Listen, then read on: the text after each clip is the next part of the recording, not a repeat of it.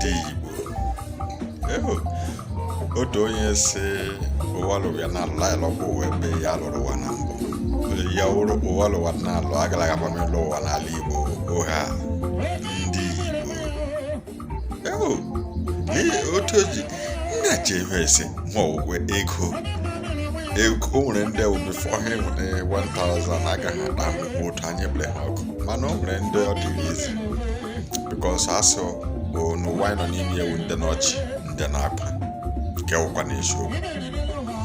onye ọla kpanị agakwana ịbacha ọgaranya onye ọla kpanị aga inwecha obi eji eri ego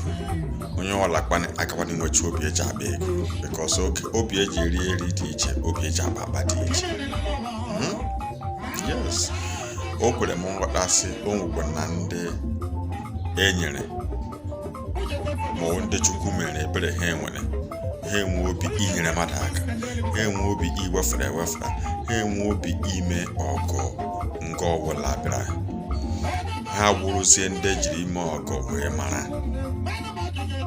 yes because ahụna m ọtụtụ ndị obodo anyị ndị Igbo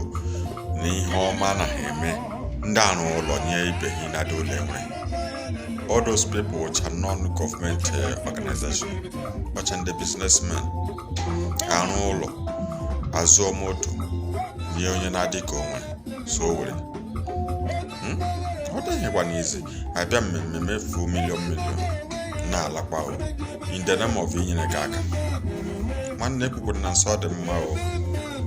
ha onye asị ejije nke oji dị mma onye asịrị apụ nke oji adịrị mma mana asị m ndị Igbo jije nke eji dị mma ya kọmeji alụ ụwa alụ adịrọkwa n'ala Igbo